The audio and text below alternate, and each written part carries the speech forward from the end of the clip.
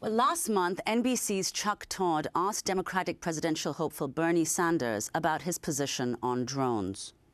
What does counterterrorism look like in a Sanders administration? Drones, special forces, or what does it look like? Well, all of that and more. You're okay with the drone? Look, using drone is a weapon.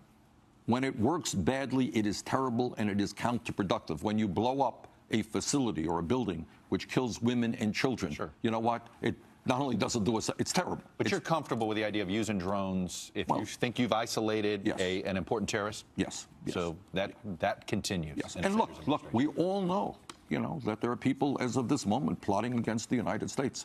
We have got to be vigorous in protecting our country, no question about it. All right. Presidential hopeful Bernie Sanders talking about drones. Viggo Mortensen, your assessment of what he said?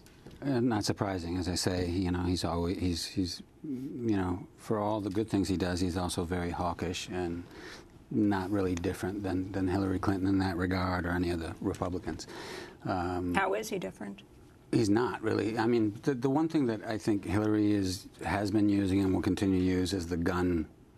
The gun thing, in this country, gun laws, and what Bernie's track record is in Vermont, I mean, I'm someone who was raised hunting with my father and so forth, so I'm not as troubled by his stance. I mean, he is for gun control, in a sense, and and in a lot of ways, he is someone who people who want something done about gun control can feel good about.